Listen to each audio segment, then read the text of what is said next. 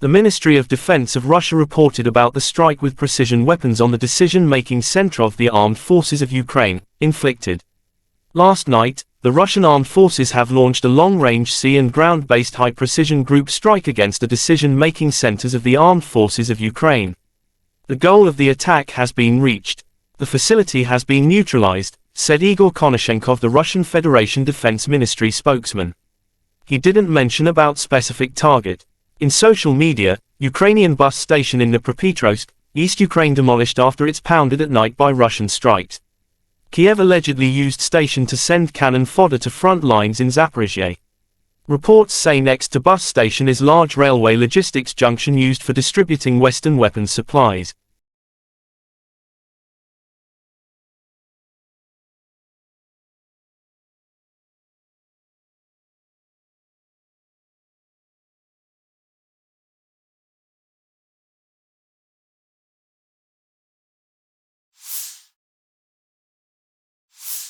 In the Kupiansk direction, assault detachments of the Zapad group of forces continued successful offensive operations in the assigned areas of responsibility. As a result of courageous actions by units, army aviation and artillery, 5 enemy attacks have been repelled close to Novoselovskoye, Novoyegorovka in Lugansk People's Republic, and Sinkovka in Kharkov region.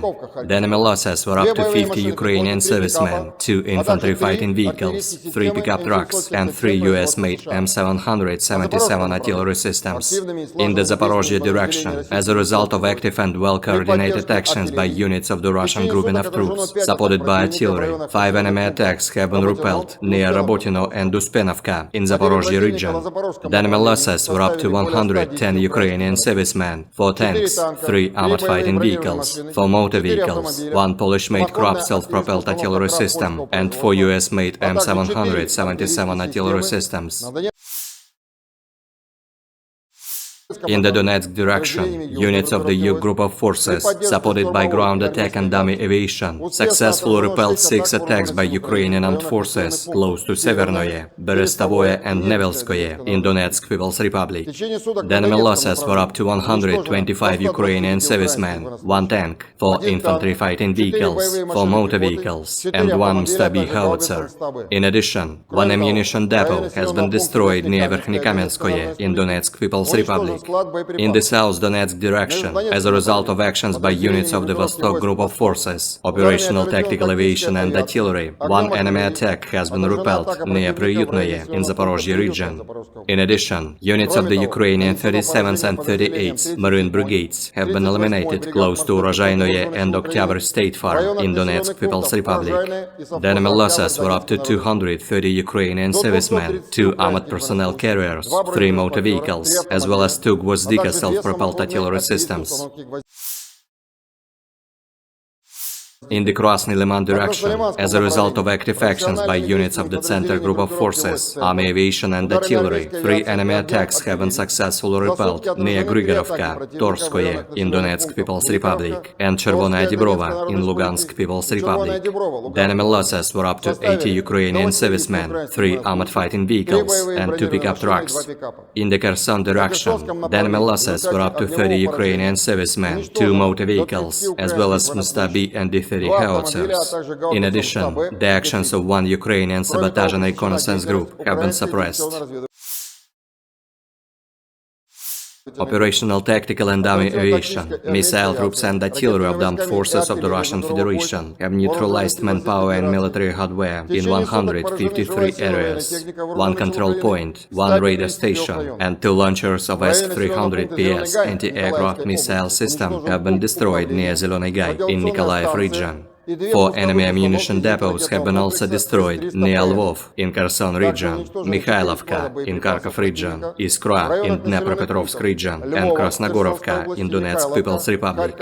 Air defense facilities have shot down 4 projectiles launched by HIMARS MLRS.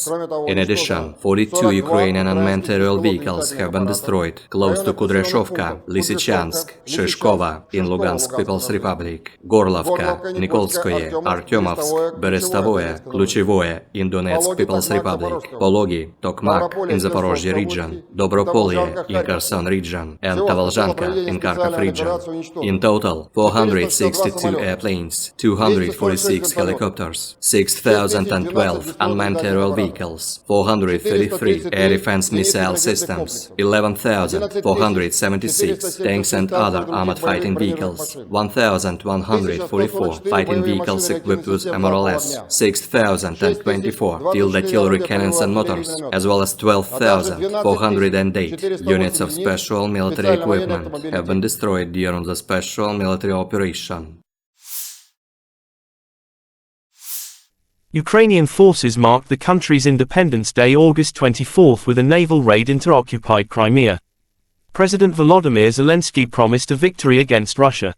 He also praised Ukrainians for the defiance and courage that has won them global support in the fight with Russia.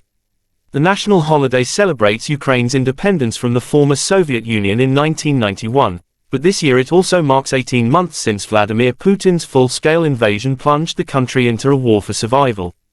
In the occupied Crimea, a special operation of the GUR of the Ministry of Defense of Ukraine took place with the support of the Navy. On the night of August 24, an operation of the GUR of the Ministry of Defense of Ukraine took place in support of the Navy in temporarily occupied Crimea. Special units on watercraft landed on the shore in the area of Olenivka and Mayak settlements. All goals and tasks have been completed. At the end of the special operation, the Ukrainian defenders left the scene without casualties, said the General Staff of Ukraine's armed forces in an official statement.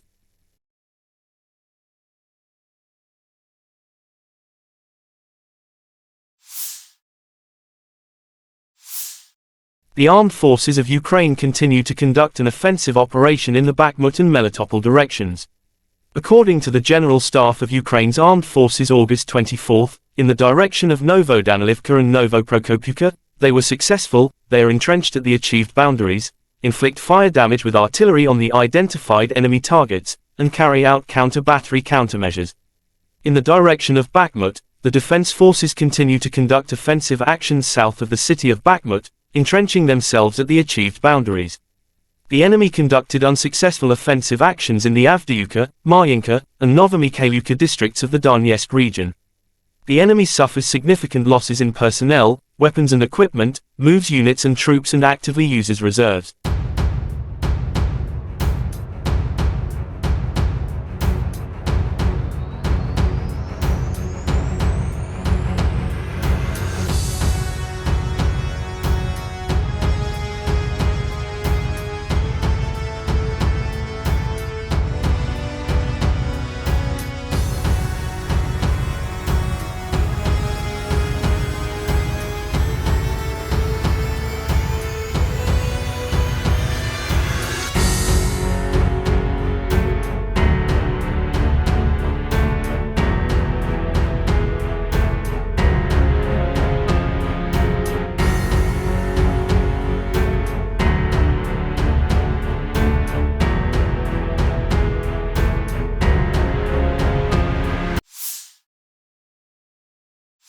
The armed forces of Ukraine reported on August 23 that Russia had lost 259,610 troops in Ukraine since the beginning of its full-scale invasion on February 24, 2022. This number includes 340 casualties Russian forces suffered in the last 24 hours. According to the General Staff of Ukraine's Armed Forces report, Russia has also lost 4,375 tanks, 8,511 armored fighting vehicles, 5,333 artillery systems, 723 multiple launch rocket systems, 494 air defense systems, 315 airplanes, 316 helicopters, 4,344 drones, 18 boats, 7,773 vehicles and fuel tanks and 801 special equipment.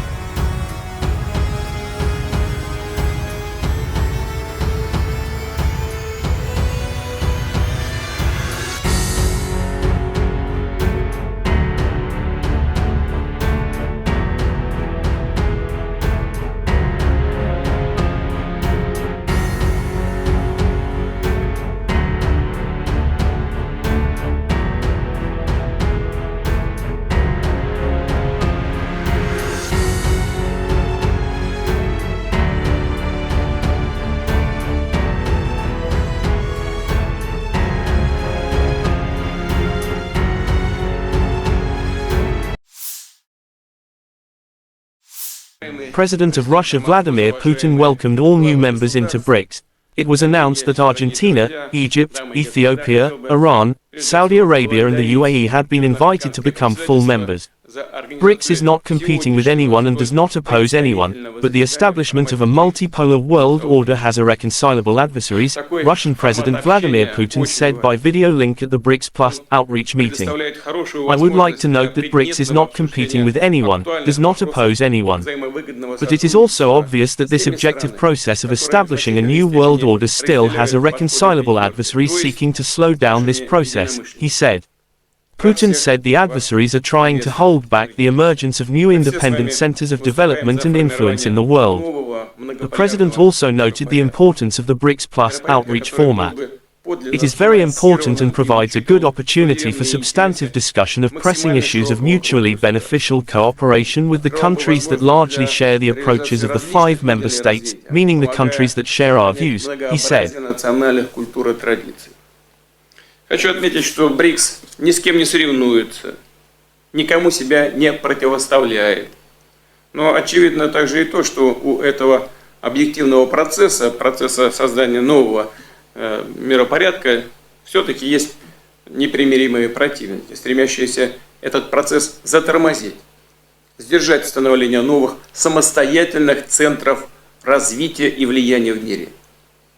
Страны так называемого «золотого миллиарда» делают все, чтобы сохранить прежний однополярный мир. Он их устраивает, он выгоден им. Они пытаются подменить систему международного права собственным так называемым порядком, основанным на правилах, которых никто не видел.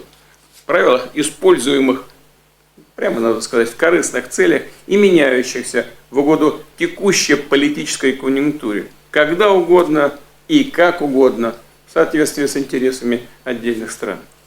По сути, это тот же колониализм, только в новой упаковке. Кстати, и не так уж хорошо выглядящий. И современные колонизаторы, прикрываясь благими лозунгами демократии и прав человека, стремятся решать свои проблемы за чужой счет, продолжая беззастенчиво выкачивать ресурсы из развивающихся стран. Кстати говоря, вот сейчас президент Бразилии упомянул о долговом бремени развивающихся экономик. Ну, конечно, с одной стороны выкачиваются ресурсы в огромных количествах, а с другой стороны создается такое взаимоотношение в сфере кредитных, в сфере кредитов, что выплатить эти кредиты становится практически невозможным. И выглядит это уже не как кредитное обязательство, а как контрибуция. Угрозу установлению нового миропорядка представляет и навязываемый некоторыми странами радикальный неолиберализм, направленный на уничтожение традиционных ценностей, которые для нас всех важны. Это институт семьи, уважение национальных и религиозных традиций. В угоду конъюнктурным задачам некоторые политики не стесняются оправдывать даже неонацизм, ксенофобию, экстремизм разного толка и попустительствует терроризм. Мировое большинство, к которому принадлежат присутствующие здесь страны, все больше устает от разного рода давления, всяких манипуляций, но готово к честному, равноправному и взаимоуважительному сотрудничеству. Именно с таких позиций страны БРИКС подходят к развитию многоплановых отношений со всеми представленными здесь и другими заинтересованными государствами, как с региональными, так же как и с региональными интеграционными структурами, включая СНГ, Евразес, Шанхайскую организацию сотрудничества, АСЕАН, сообщество